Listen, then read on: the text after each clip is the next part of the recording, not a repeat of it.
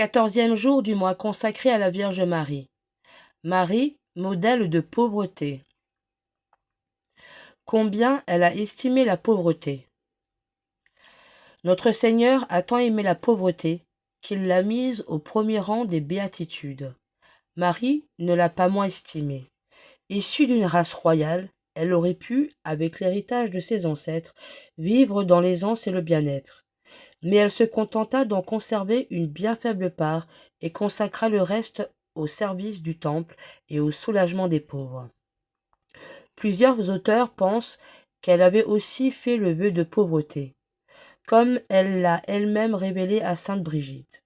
J'ai fait, dès mon enfance, le vœu de ne rien posséder au monde.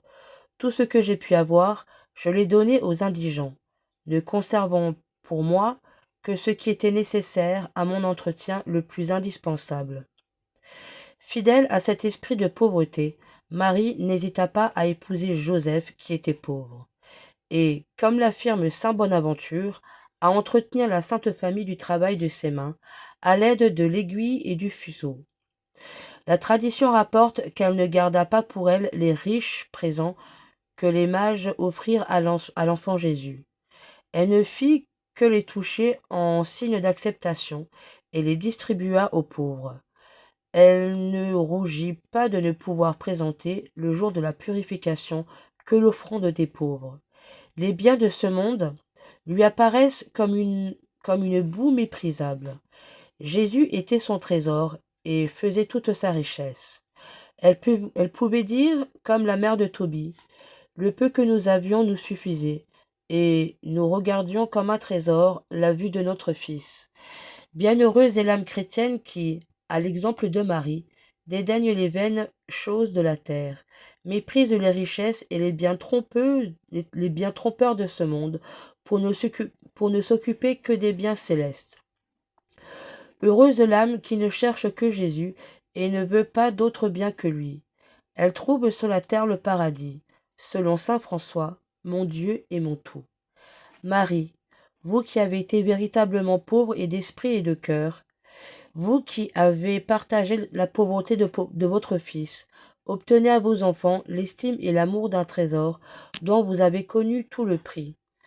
Sainte pauvreté, puissions-nous vous apprécier comme Jésus et Marie. Comment elle l'a pratiquée? Considérez que, durant toute sa vie, la Sainte Vierge a entendu toutes les rigueurs de la pauvreté.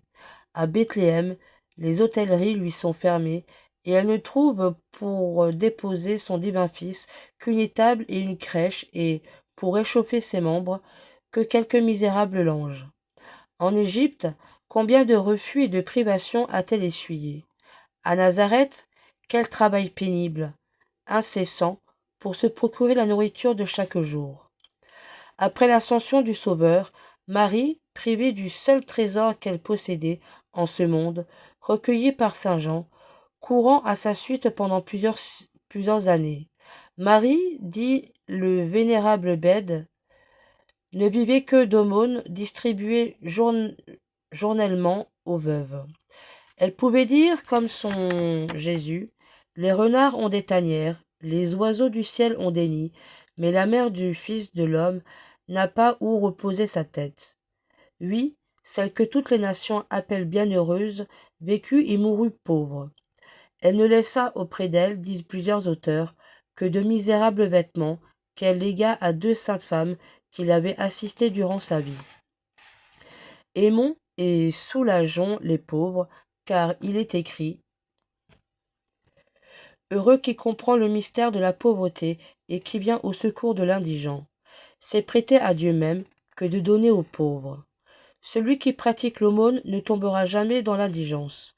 De plus, la charité couvre toutes les iniquités de la vie et achète le ciel. Que ces paroles sont consolantes. Puissions-nous bien les comprendre.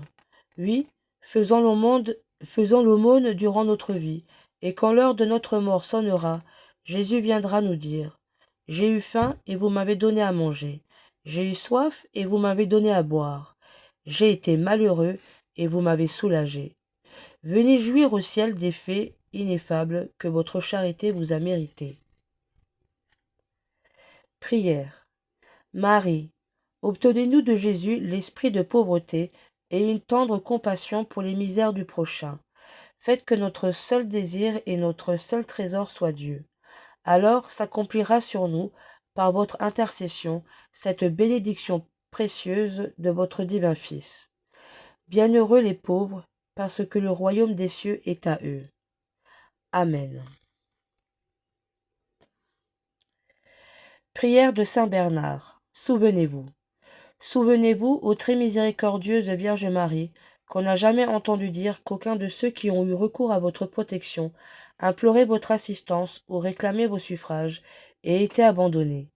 Animée d'une pareille confiance, ô Vierge des Vierges, ô ma mère, je viens à vous et, gémissant sous le poids de mes péchés, je me prosterne à vos pieds. Ô Mère du Verbe incarné, ne rejetez pas mes prières, mais écoutez-les favorablement et daignez les exaucer. Amen. Invocation à Jésus, Marie, Joseph. Jésus, Marie, Joseph, je vous donne mon cœur, mon esprit et ma vie. Jésus, Marie, Joseph, soyez mes défenseurs pendant mon agonie. Jésus, Marie, Joseph, que doucement j'expire en votre compagnie. Magnificat. Le Seigneur fit pour moi des merveilles, saint est son nom. Mon âme exalte le Seigneur, exulte mon esprit en Dieu, mon Sauveur. Il s'est penché sur son humble servante, désormais tous les âges me diront bienheureuse. Le Puissant fit pour moi des merveilles, saint est son nom. Son amour s'étend d'âge en âge sur ceux qui le craignent. Déployant la force de son bras, il disperse les superbes.